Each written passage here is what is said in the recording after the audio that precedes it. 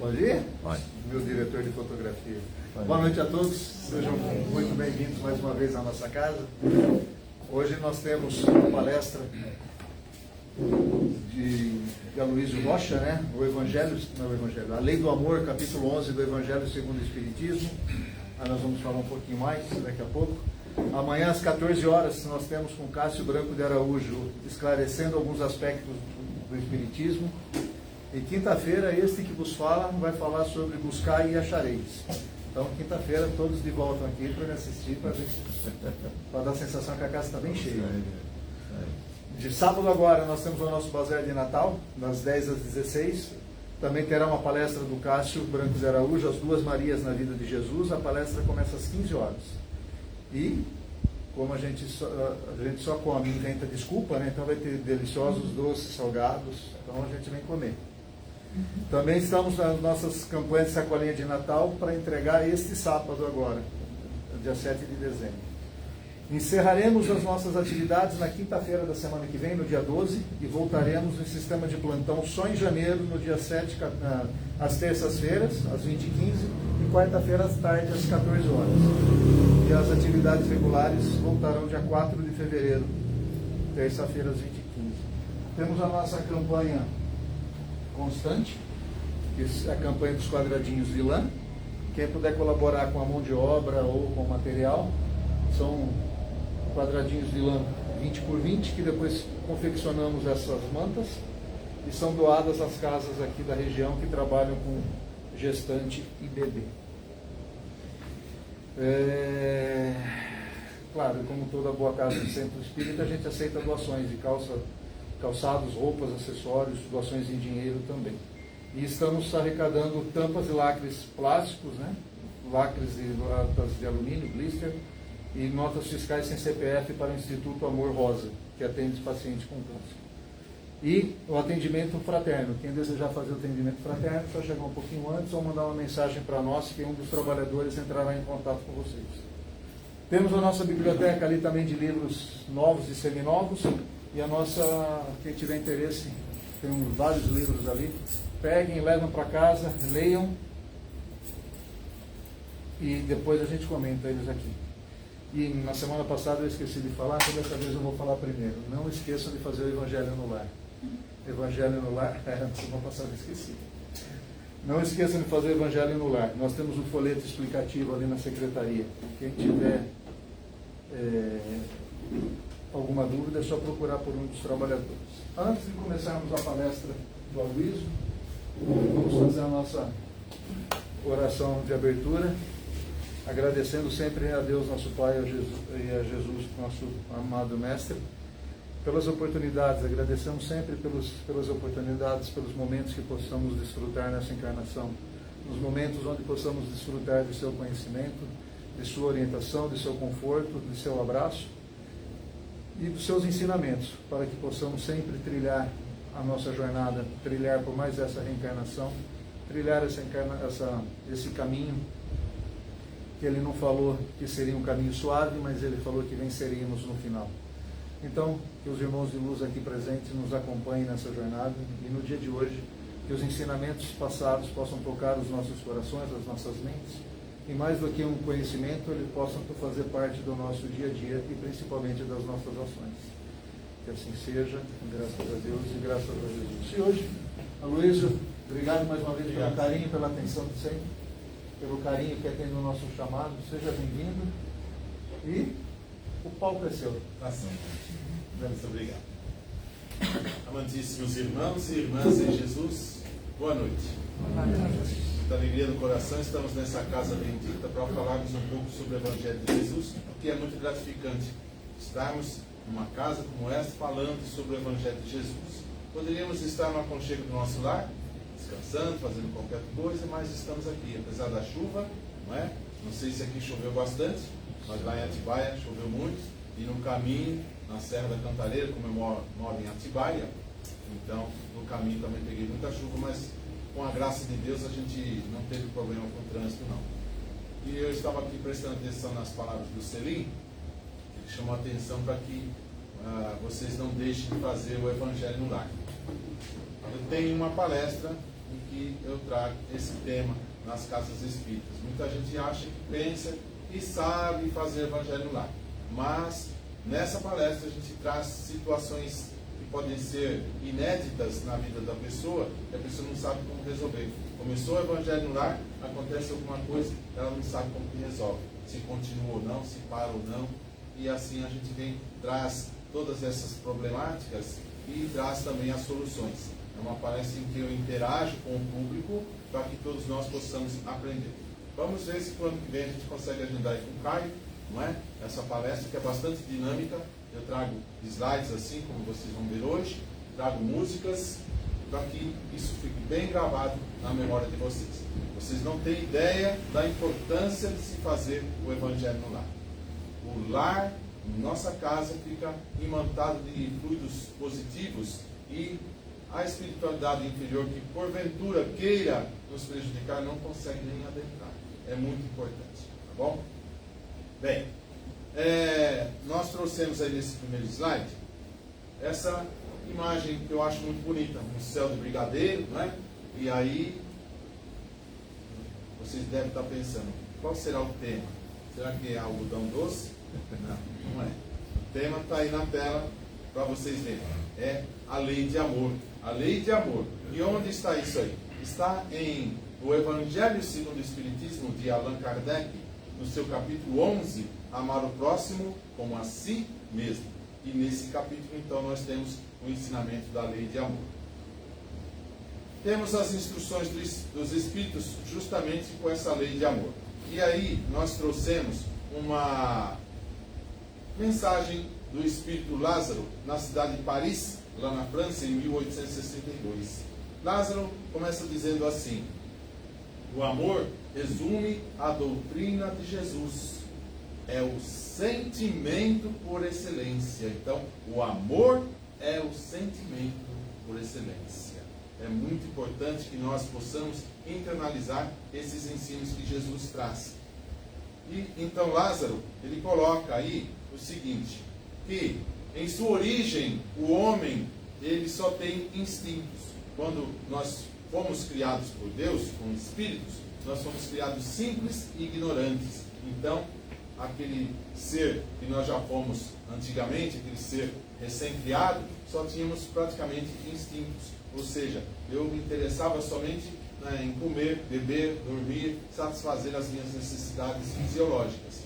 Depois, um pouco mais avançado e corrompido, esse homem começa a ter sensações. Então vejam que já vai mudando, vai evoluindo um pouco. E mais instruído e depurado, ele chega então aos sentimentos. Então vejam que há uma escala evolutiva aí. Dos instintos passa para as sensações, das sensações passa para os sentimentos. E o ponto delicado do sentimento é justamente o amor. O amor que nós aprendemos com Jesus. Mas não esse amor que nós ouvimos falar no dia a dia aí, esse amor vulgar, que muitas vezes as pessoas acabam se confundindo, achando que o amor tem a ver com a questão libidinosa, questão sexual. Não, não é isso. O amor que Jesus nos ensina é aquele sentimento puro que nós temos dentro de nós. Nós vamos ganhando isso a cada dia, conforme nós conhecemos a doutrina espírita, conforme nós lemos as obras da doutrina espírita e principalmente quando nós colocamos em prática os ensinos de Jesus, então nós vamos internalizando esse amor. E devemos ter amor não somente pelos entes queridos, pelos filhos, pelos pais, pelos irmãos, pelo esposo, pela esposa, mas devemos sentir amor por todas as pessoas que passarem pela nossa vida. Às vezes a gente está passando pela rua, hoje mesmo eu vim em Atibaia, não sei se passou aqui em São Paulo, uma situação de uma rua, foi lá numa das cidades da região de Campinas, e havia uma correnteza por causa da chuva, a correnteza na rua, e a mulher foi atravessar a rua, acabou sendo levada pelas águas, estava sendo arrastada pelas águas. Quando então 2 ou 3 homens saíram da calçada e acabaram pegando essa mulher e com muito sacrifício conseguiram recolher a mulher até a calçada, e então um deles que tinha um certo conhecimento começou a fazer o tratamento devido porque ela havia engolido água, e começou a fazer a ressuscitação naquela mulher, salvando-lhe a vida. Tenho certeza de que esses homens talvez nunca tenham visto essa mulher na vida. Eu só vou praticar o bem, só vou amar as pessoas que eu tenho próximo de mim? Não. Qualquer pessoa. Às vezes surge uma ocasião, uma oportunidade em nossa vida, a pessoa vem nos pedir um favor e a gente dá de ombros e vai embora. Eu estou atrasado, tenho que fazer alguma coisa, estou cansado, vou dormir. E a gente não para pensar. Talvez a gente nunca mais veja aquela pessoa na nossa vida. Perdemos uma boa oportunidade de praticarmos o bem. Vamos lá. E o Espírito Lázaro continua com a sua mensagem dizendo que ditoso é aquele que ama com amplo amor os seus irmãos em sofrimento. É o que acabamos de dizer. Não vamos amar somente as pessoas que estão próximas de nós. O meu neto, a minha neta, o meu sobrinho, o meu filho. Não. Vamos amar todas as pessoas, porque é assim que Jesus nos ensinou e foi para isso que Deus nos criou. Para que todos nós aqui na Terra sejamos uma verdadeira família, uma família universal. O Espiritismo, a seu turno, vem pronunciar uma segunda palavra no alfabeto divino. A primeira palavra, já dissemos, o amor. E a segunda, qual é? A segunda está aí, é a reencarnação. A reencarnação, ela é de suma importância para a nossa evolução moral e espiritual. Por quê? O tempo que nós passamos aqui na Terra encarnados é muito pequeno, perto da eternidade. Às vezes a gente vê uma pessoa com 95, 97, 100 anos, 103 anos, puxa, viveu bastante. É verdade, é verdade. Dentro da nossa realidade aqui, na Terra, essa pessoa viveu bastante. Mas o que é isso? O que são esses 100 anos perto da eternidade de Deus? Não é nada. Não é nada. Então, seria praticamente impossível que um ser, um espírito que fosse recém-criado por Deus, nós somos criados simples e ignorantes, numa só encarnação, que seja lá de 100 anos, numa só encarnação, sair da categoria de simples e ignorante para alcançar a plenitude, a perfeição relativa. É muito pouco tempo. Por quê?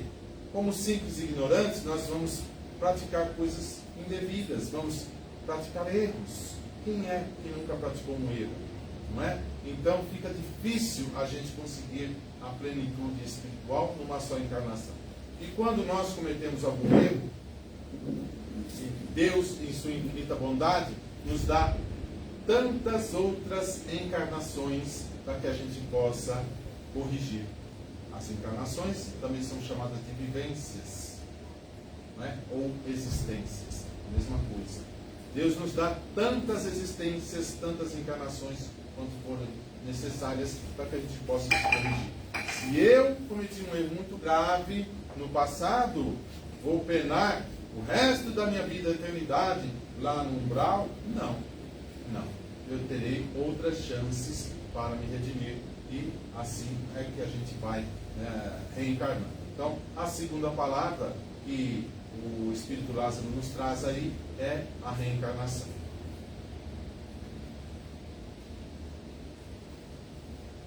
A fim de avançar para a meta, tem a criatura de vencer os seus instintos em proveito dos sentimentos, como nós falamos no início aí, a mensagem de Lázaro.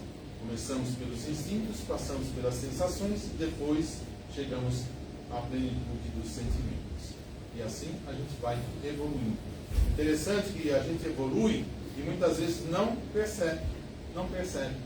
As pessoas que estão ao nosso redor, que convivem conosco, que percebem a nossa mudança de estado. Às vezes, diante de uma situação que antigamente você agia de uma forma totalmente brusca, de repente você age com mais parcimônia, com mais calma, com mais tranquilidade. Tudo isso são mudanças que nós vamos fazendo no nosso íntimo para chegarmos à perfeição relativa. o espírito precisa ser cultivado como um campo. Aqui ele faz uma comparação do espírito com um campo mesmo, uma fazenda, uma terra que precisa produzir. Ora, se eu deixar comprar uma fazenda, deixar a fazenda largada lá, vai produzir alguma coisa sozinha? Vai nascer pé de fruta lá? Pode ser que nasçam ervas daninhas, isso aí com certeza. Né? Lá em casa eu tenho algumas. Pé de fruta até morreu, mas as ervas daninhas não. A gente coloca veneno e ela nasce de novo, mas o pé de fruta morre. Então, se eu tiver uma terra e eu quiser produzir, vou ter que arar essa terra, vou ter que trabalhar nessa terra, vou ter de fazer adubação, fazer o plantio e depois acompanhar todo o crescimento da planta, inclusive tratar a questão das ervas daninhas, e para que eu possa colher lá no futuro. Se eu não fizer isso, eu não vou conseguir nada. Então, o espírito, Lázaro também faz uma comparação com o espírito aqui. O espírito que somos todos nós. Precisa ser cultivado. E como é que nós cultivamos o espírito? Justamente praticando o evangelho, conhecendo o evangelho de Jesus como nós conhecemos aqui na doutrina espírita, na casa espírita. E como é que nós conhecemos? Por meio das palestras, como vocês estão assistindo aqui, por meio da leitura, o Celinha acabou de falar da livraria, da biblioteca, e também por meio dos cursos. E vocês, com certeza, têm cursos. E os cursos, em todas as casas que eu frequento, são gratuitos, não se cobra nada, nada. Basta a pessoa comparecer na casa espírita e frequentar, só isso. Vocês não têm ideia de quanto a gente ganha de conhecimento. A gente ganha muito. Por quê? Assistindo a uma palestra, dizem os estudiosos, que uma pessoa, por mais que ela preste atenção, mesmo que ela faça anotações, ela consegue guardar no máximo 30% do que foi falado. 30%. E aí vocês vão perguntar, e os outros 70%, Aloysio? Vão ficar perdidos se a pessoa não correr atrás, se a pessoa não for buscar mais informações. Ora, se a gente cita uma obra espírita, vamos procurar ver essa obra espírita, vamos ler, vamos comprar o livro, vamos pedir emprestado, mas vamos ganhar conhecimento. Por quê? Toda vez que você lê uma obra, você internaliza muito mais o ensinamento. Toda vez que você frequenta um curso e lê uma obra, esse conhecimento cresce bastante. E o conhecimento, gente, é algo que nós nunca perdemos. Nunca perdemos. Eu me lembro aqui, quando eu fui fazer a faculdade, estava na época com 39 anos, já tinha um pouquinho de cabelo branco, e me achava um velho. Eu fui com medo. Entrei na sala de aula, só tinha jovens de 18, 20 anos de idade. Eu disse, tem idade para ser meu filho. O que eu vou fazer no meio dessa molecada aqui? Vou passar vergonha. Fazia 20 anos que eu não estudava. Mas, ainda assim me propus a fazer o curso, porque tinha um objetivo na vida. E eis que eu tomei conhecimento que na mesma faculdade, no curso de Direito, que não era um curso que eu fazia, havia um estudante um pouquinho mais velha que eu. Eu tinha 39, ela estava com 60. Cabelo todo branquinho. E eu fiquei olhando aquela senhorinha com os livros na mão. E os colegas e as colegas me falavam comigo, o que essa senhora veio fazer aqui? Será que ela vai querer advogar agora, com 60 anos de idade? Mas, na doutrina espírita, nós aprendemos que o conhecimento a gente nunca perde. Ele fica guardado, fica gravado em nosso perispírito. Quando nós desencarnamos, esse corpo físico aqui perece, apodrece, se esvai. Mas o perispírito, ele continua acompanhando o espírito onde quer que ele esteja. E todo o conhecimento que nós ganhamos fica guardado em nosso perispírito. Daí nós temos a explicação do porquê de tantas crianças prematuras, crianças com 3, 4 anos de idade tocando piano. Eu não sou músico, mas eu já ouvi dizer, músicos me falaram que para você tocar piano você precisa estudar muitos anos, não é da noite para o dia. Como é que uma criança em tenra idade consegue tocar piano. De onde ela trouxe isso? Certamente de encarnações passadas. Então, por isso que o espírito tem de ser cultivado. Toda a riqueza futura depende do labor atual. É o complemento da frase de cima. Então, se eu trabalho agora, vou ter um resultado bom lá no futuro. A mesma coisa do fazendeiro, né, do agricultor, ele vai trabalhar a terra e lá no futuro terá o resultado positivo também. Lázaro termina aqui a sua mensagem na cidade de Paris, 1862. Essa frase eu achei bastante interessante. O amor é sempre a resposta para qualquer tipo de cura. O caminho que leva ao amor é o perdão. Essa frase eu não tirei de um livro espírita. Está nesse livro aí. Você pode curar sua vida, de Louise Hay. Louise Hay, uma autora norte-americana, não espírita, já desencarnada, e ela era psicóloga. Os livros dela são muito bons e eu recomendo a todos vocês. Se puderem, comprem, leiam, porque traz muitos conhecimentos e muitas técnicas também. Por quê? Vou resumir aqui um pouquinho. A Louise Hay, em determinado momento, foi procurar um médico e fez alguns exames que o médico pediu, levou o resultado e o médico então constatou que ela estava com câncer. Estava com câncer e o médico queria operá-la. Deveria fazer a cirurgia imediatamente. Mas ela, a muito custo, conseguiu convencer o médico a lhe dar 3 meses de tempo. Eu peço 3 meses antes da cirurgia. O médico, meio contra a vontade, concedeu. E o que ela fez nesse tempo? Ela procurou informações sobre a doença, pesquisou muito sobre a doença, comprou livros, frequentava workshops, palestras de pessoas entendidas no assunto, médicos, entre outros. Em todo lugar que tinha algum evento relativo àquele problema que ela possuía, ela frequentava e procurava se aprofundar cada vez mais no conhecimento. E o resultado disso que foi? Diante de tanto conhecimento que ela adquiriu nesses 3 meses, ela, Louise Hay, ela então criou as técnicas próprias para lidar com a doença. E ela colocou essas técnicas em prática. E o resultado disso, quando ela procurou o médico depois de 3 meses, o médico disse: agora então nós vamos fazer a cirurgia. Vamos fazer um novo exame para ver se o câncer, o tumor cresceu ou não. E para a surpresa do médico, ela estava curada. Não havia mais nada no corpo dela. Ela se curou com as técnicas que ela mesma havia criado. E essas técnicas estão nesse livro aí, ó. O livro Você Pode Curar Sua Vida, dentre outros livros que ela escreveu.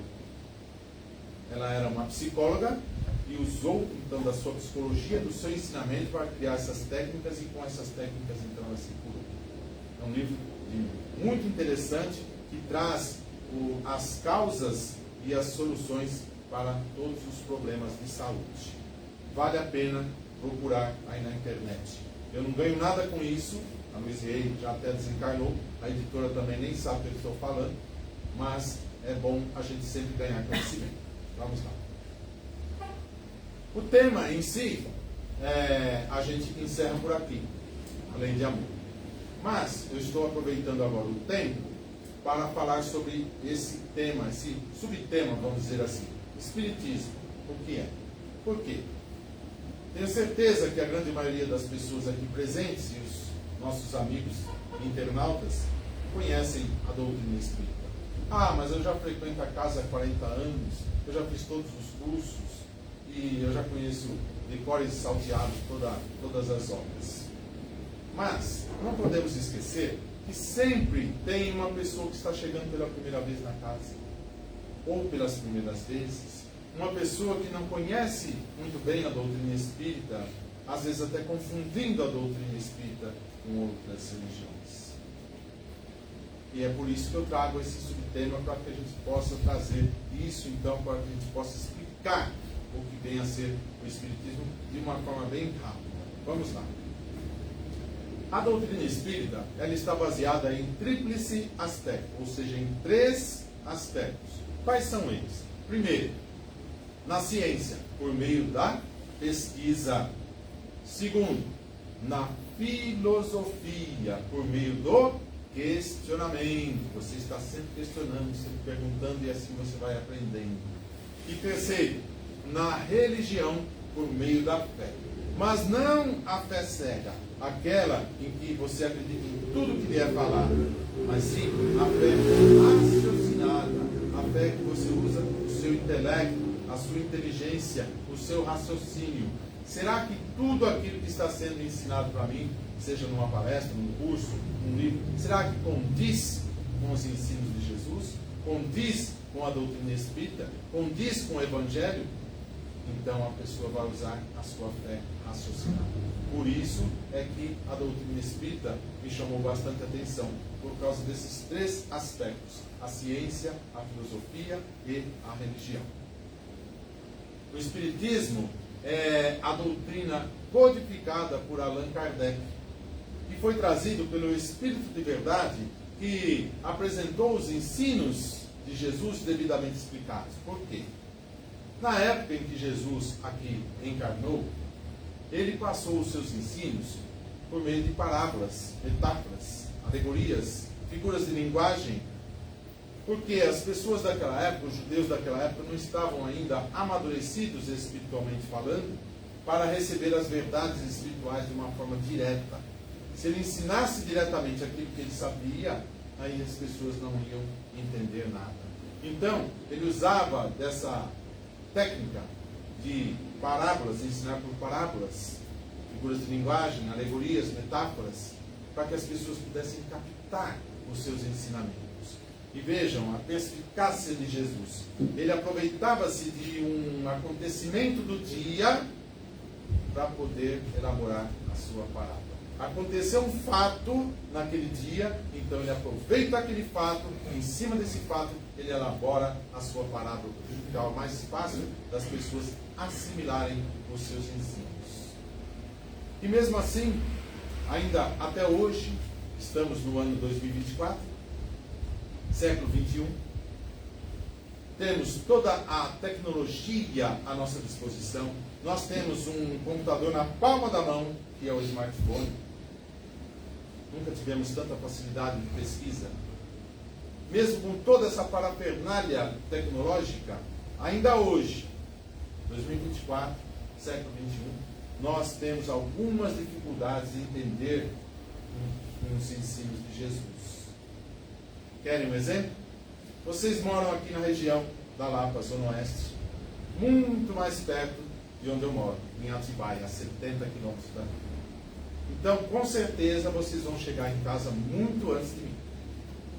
E eu vou passar, então, uma orientação a vocês. Chegarem em casa, peguem o exemplar do Evangelho segundo o Espiritismo, abram no capítulo 23, Moral Estranha, ou Estranha Moral, dependendo da tradução. Leiam somente os ensinos de Jesus, sem os comentários de Kardec. E vejam se hoje, 2024, século 21, vocês conseguem entender o que Jesus quis dizer naquela época. São 4 tópicos que iniciam o capítulo.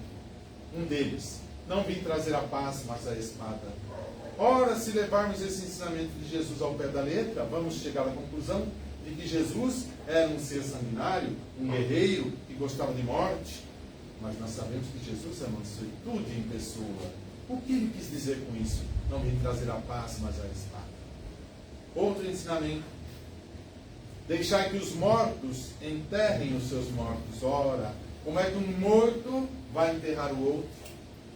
O que Jesus quis dizer com isso? Parecem palavras desconexas, mas depois de ler o capítulo todo com as explicações, vocês vão ter um devido entendimento. Nesse capítulo, Jesus diz: aborrecei pai e mãe, odiai pai e mãe. Ora, será que Jesus queria que a gente realmente não se desse bem com os nossos pais? O que ele quis dizer com isso? Eu sei, mas não vou falar. Vai ficar de lição de casa para vocês. Certo? Então, o outro item agora de cabeça, não me lembro muito bem. Mas leiam o capítulo 23 só como exemplo, para ver que hoje nós temos dificuldade. Imagina naquela época, os judeus daquela época não conseguiam entender as verdades ditas por Jesus. Por isso ele utilizava-se de parábolas. É importante frisar que esse Espírito de verdade não é apenas um Espírito, mas um grupo de Espíritos superiores que veio em nome de Jesus para nos ensinar. Veio trazer a nova doutrina para nós. A vinda do Espírito de verdade, também chamado de Consolador Prometido e também chamado de Espírito Santo, são sinônimos. Essa vinda desse Espírito de verdade foi dita por Jesus, que falou que rogaria ao Pai Celestial para enviá-lo. Antes de Jesus partir para a espiritualidade, ele disse aos seus apóstolos que ia pedir para que o Pai mandasse o Consolador Prometido, o Espírito Santo, o Espírito de verdade. E ele veio para nos trazer a doutrina espírita que nós conhecemos atualmente. Jesus disse que o Espírito de verdade ficará conosco eternamente. Esta passagem está em João capítulo 14, versículos 15 a 17 e versículo 26.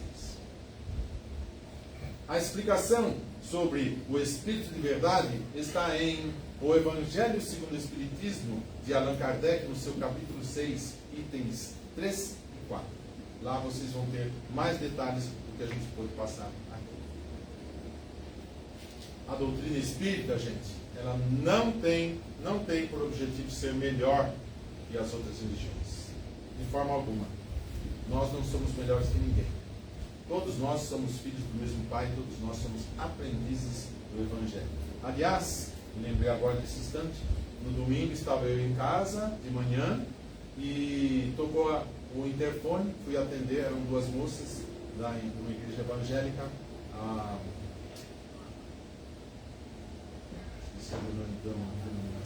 Testemunho de Jeová. Isso, Testemunho de Jeová. Ela sempre vem com um livretinho e começaram a conversar sobre o Evangelho. E, por incrível que pareça, né, todas as vezes que eu recebo essas pessoas na porta de casa, elas ficam um bom tempo conversando, mas elas queriam ir embora e eu não deixava. Eu ficava conversando sobre religião. Eu falei que eu sou espírita, sou palestrante, a gente estudou o Evangelho também, e a gente trocou, assim, alguns conhecimentos. Foi uma conversa produtiva. E lendo lá o livreto que elas me deram, em algumas partes até condizem com a doutrina espírita também. Lógico que não tudo, mas não estamos aqui para discutir religião, não é? Eu disse para elas assim: em religião não se discute. Se perguntarmos para o Testemunho de Jeová, vai dizer que a religião deles é a mais importante, que é a melhor. Se perguntarmos para nós, vamos dizer que é o Espiritismo, o católico, o catolicismo e assim por diante. Então, eu costumo sempre dizer nas palestras que a melhor religião é aquela que faz de você uma pessoa boa, uma pessoa do bem. Essa é a melhor religião. A melhor religião é aquela que você se adequa. No caso delas, estão se adequando na religião delas, no Testemunho de Jeová. No meu caso, aqui na doutrina espírita, estamos todos em aprendizado. Bem, a doutrina espírita, ela nos ensina a prática do amor, da caridade, da humildade, do perdão das ofensas, assim como também a conquista da reforma íntima. O que é essa reforma íntima? Quando nós nos propomos a tirar de dentro de nós todo o sentimento negativo, tudo que a gente tem de ruim, a gente vai tirar, vai expurgar de nós para nos tornarmos seres melhores. Eu não me lembro se eu já fiz a palestra aqui sobre a vida em outros planetas. Não, mas eu quero ver se eu faço um dia. Não é? Vamos ver se o ano que vem a gente consegue. Então, tudo isso baseado em Kardec, eu falo sobre a vida em outros planetas do nosso sistema solar. Cito 2 planetas que são muito, mas muito mais evoluídos que a Terra: Netuno e Júpiter. Júpiter, o planeta mais evoluído do nosso sistema solar. E lá todos os espíritos são superiores. já fizeram a sua reforma íntima. Existem os mundos celestes ou divinos em que o mal não existe nem em pensamento, gente. Ora, veja, nós que somos espíritas, apesar dos estudos, apesar de frequentar a casa espírita e tudo mais, de vez em quando a gente tem um mau pensamento, a gente passa por um momento de raiva, não é verdade? Uma provocação que é feita, enfim, às vezes a gente acaba se desviando. Agora, imagine viver num mundo em que o mal nem em pensamento passa. Deve ser simplesmente maravilhoso. E depende de quem nós morarmos num mundo desse. Depende de Jesus? Não, ele já fez a parte dele, já veio aqui e já passou o Evangelho. Depende de cada um de nós, das nossas atitudes, das nossas palavras, dos nossos pensamentos no dia a dia. E assim, algum dia estaremos nesses mundos celestes ou divinos, quando nós praticarmos a nossa reforma íntima. Trouxemos aí nesse slide a foto de quem? Quem é esse? Quem? Allan Kardec, é isso aí, Allan Kardec. E ao lado dele nós temos as 5 obras da codificação. O Pentateuco Espírita, são os livros da codificação. E lembrando aí em cima nós temos em laranja que o Kardec ele nasceu no dia 3 de outubro de 1804 e desencarnou no dia 31 de março de 1869, aos 64 anos de idade, vítima de aneurisma. E então tem aí os 5 livros da codificação kardeciana. Mas como está bem pequenininho, eu trouxe aqui, elenquei 1, o 2, 3, o 4 e o 5. E embaixo eu vou trazer para vocês a sequência lógica da leitura desses livros da codificação. Existe uma sequência, tá bom?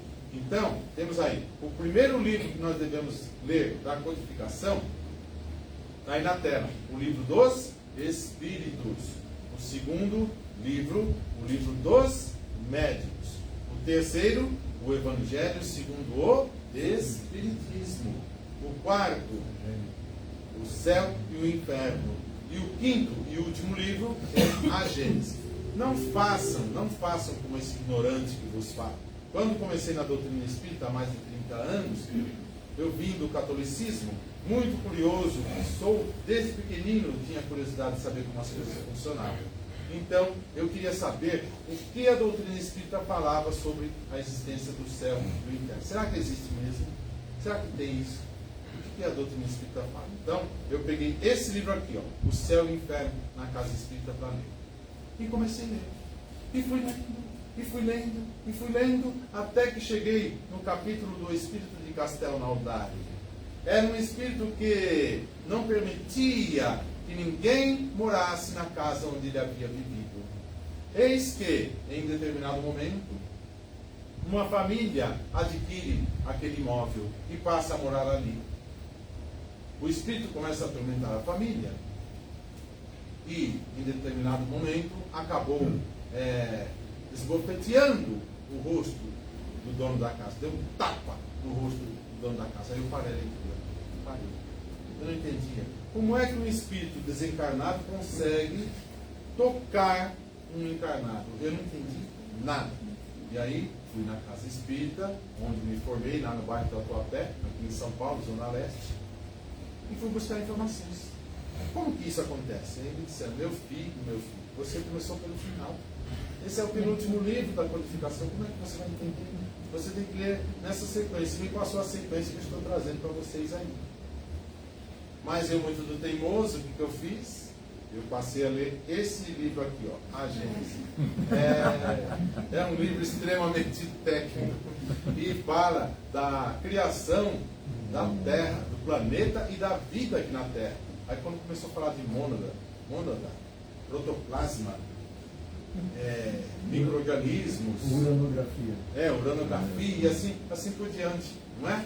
Então eu não entendia microcosmo, macrocosmo, eu não entendia nada. Daí o que eu tive que fazer? Calçar as sandálias da humildade e ler na sequência correta. Aí sim eu comecei a entender melhor. Porque o livro dos Espíritos, ele me tirou simplesmente todas as dúvidas que eu tinha quando frequentava a Igreja Católica. A criação dos seres humanos aqui na Terra, Adão e Eva existiram mesmo.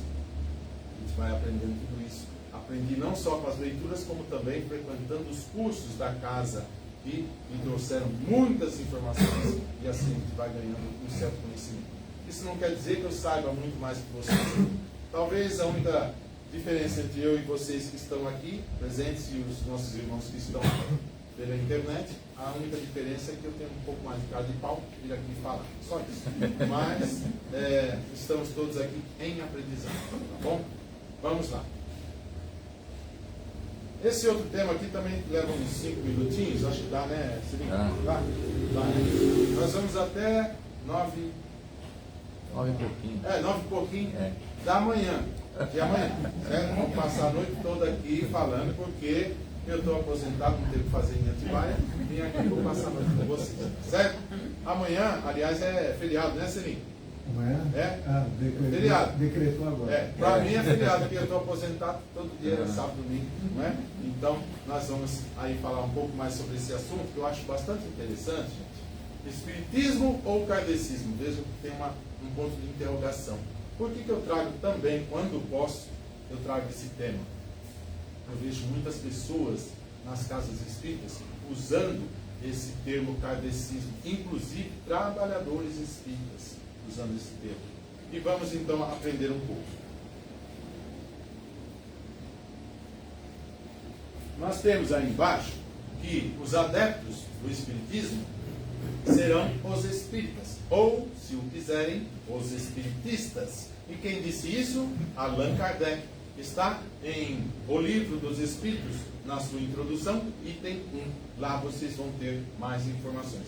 Vejam, Kardec, ele não chama os adeptos do espiritismo de kardecistas, e sim espíritas ou espiritistas. Mas, para se fazer alusão à doutrina espírita, às vezes a gente ouve as pessoas usarem esses dois vocábulos aí, esses dois termos, kardecismo e kardecista. E se perguntarmos para essas pessoas por que usam esses dois termos, normalmente vamos encontrar a seguinte explicação: é para diferenciar a doutrina espírita de outras como a Umbanda, a Quimbanda, o Candomblé. Nós que somos espíritas temos um respeito muito grande pelos nossos irmãos umbandistas, quimbandistas, candomblecistas. Mas essas são denominações religiosas que na verdade são sincretismos afro-brasileiros e não espiritismo. Isso não quer dizer que nós espíritas sejamos melhores que eles, de forma alguma. De forma alguma. Mas eles não podem ser chamados de espíritas. Um pouquinho de língua portuguesa. Na norma gramatical brasileira, nós temos a figura do sufixo. O sufixo é um substantivo masculino. E a definição dessa palavra sufixo na gramática é essa. É um afixo que, oposto a uma raiz, um radical, um tema ou uma palavra, produz formas flexionadas ou derivadas. Entenderam nada, né? Eu entendi porque é parte da minha área de estudo. Né? Quando eu fui para a faculdade, fui fazer letras. Então a gente trouxe a definição, mas vamos mostrar na prática, porque aí vocês vão entender. A origem, ou seja, a etimologia da palavra sufixo, vem dos sufixos, que significa pregado ou pendurado. Aqui nós temos, por exemplo, o sufixo ismo, que vem do latim ismus e do grego ismos, e é um sufixo formador de substantivos abstratos. O que é isso? Aquilo que a gente não consegue apalpar, como a palavra, o vocábulo liberalismo. E também temos o sufixo ista, que vem do latim ista e do grego istes. Designa o partidário de uma doutrina ou um modo de pensar, como por exemplo, positivista e budista. Sufixo que forma nomes de religiões e doutrinas filosóficas. Com o ismo nós temos o budismo e temos também o kantismo, com K de Immanuel Kant. E temos também o druidismo, lá embaixo, a religião dos druidas, aliás, Allan Kardec, em uma de suas encarnações, foi um sacerdote druida. E também temos o Espiritismo. O Espiritismo, a religião dos espíritas. Então veja que a gente colocou em vermelho para chamar a atenção. Espiritismo, a religião dos espíritas, e não kardecismo ou kardecista. Portanto, esse termo kardecismo ele não está correto, porque significaria o quê? A doutrina de Kardec. E enquanto que kardecista seria o seguidor dessa doutrina. Mas nós sabemos que a doutrina espírita, ela foi codificada por Kardec. Aliás, um trabalho excelente, perfeito, de codificação que ele fez da doutrina. Impecável. Mas nem por isso podemos chamar a doutrina de kardecismo. Por quê? Porque ela não foi trazida, não foi criada por Kardec, ela foi trazida pelo Espírito de verdade, como a gente já viu, o Consolador prometido, o Espírito Santo, e não por Kardec. Ora, se ela foi trazida pelos Espíritos, então a doutrina dos Espíritos ou o Espiritismo, e não kardecismo e kardecista. Portanto, os termos corretos são Espiritismo e Espírita, e não kardecismo e kardecista. Daqui para frente, se alguém perguntar para vocês, qual é a sua religião? Eu sou espírita. Ah, mas você é kardecista? Vocês vão dizer, não, não existe kardecismo. É só espiritismo.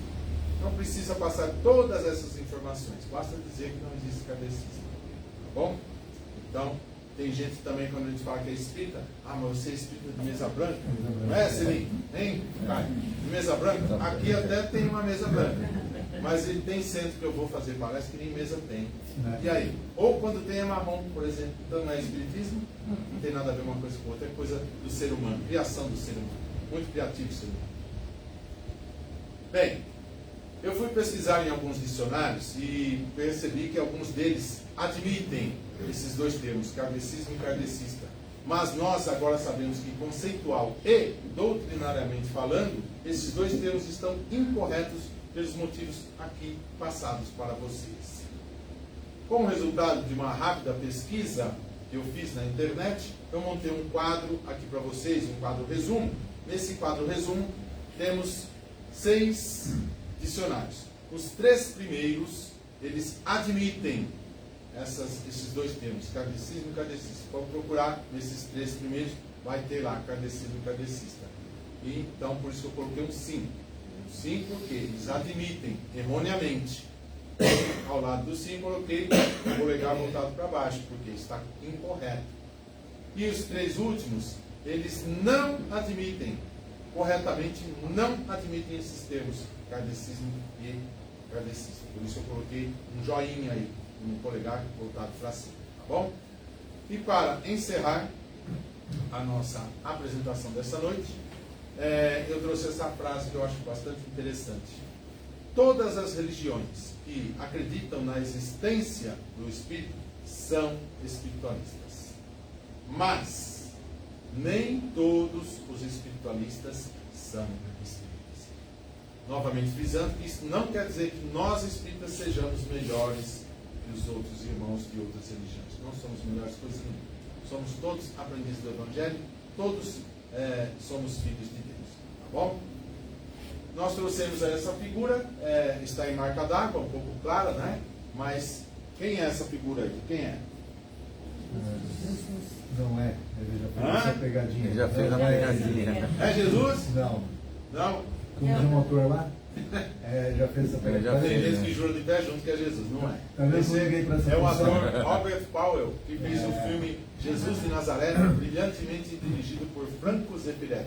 Na minha modesta opinião, o filme mais bonito que retrata a vida de Jesus, com muitos detalhes. Muitos detalhes. É o filme mais bonito que eu já assisti sobre Jesus. Por isso que eu sempre termino as minhas palestras, eu coloco essa figura do ator Robert Powell, que nos remete à imagem de Jesus. E por falar em Jesus, que Ele abençoe todos vocês nesse momento. Abençoe todos vocês nesse momento. Vocês possam voltar para os seus lares com mais alegria, com mais saúde, com mais harmonia, com mais proteção do que quando aqui chegaram.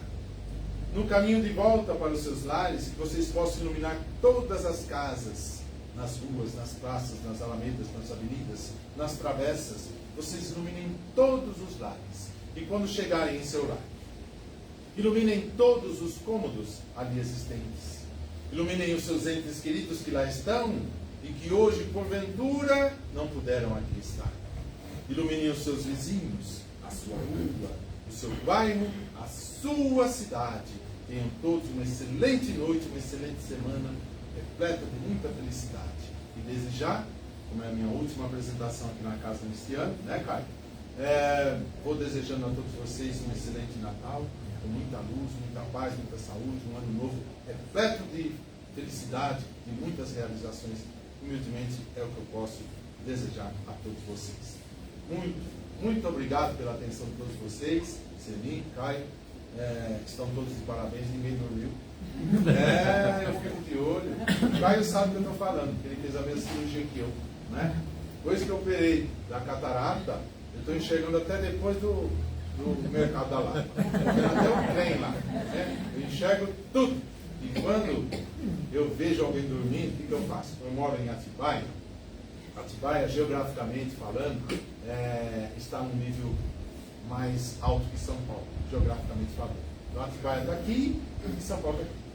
Então eu moro muito mais perto do céu do que vocês.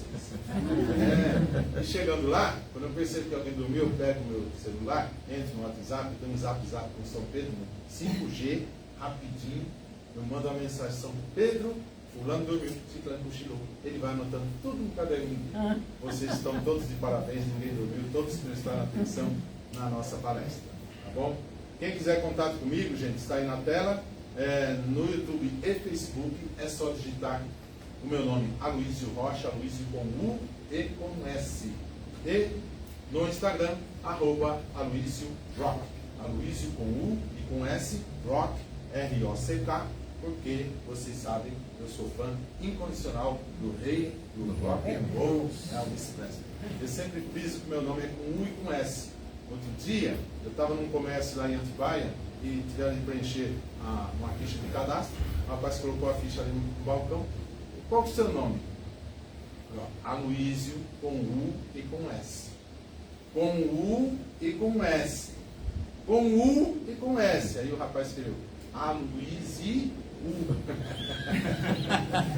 Aí eu falei: assim não, assim você me quebra as pernas. Você não falou que era com U? Mas é o primeiro, o segundo não. Mas está aí na tela, quem quiser contato comigo, será um prazer a gente trocar figurinhas e ganhar conhecimento. Tá bom, gente? Obrigado novamente aí pelo Caio, Celim, toda a equipe, pelo convite, por nos tolerar nesta noite. E para o ano que vem, nós pretendemos voltar aqui outras tantas vezes. Tudo de bom para vocês. Muito obrigado.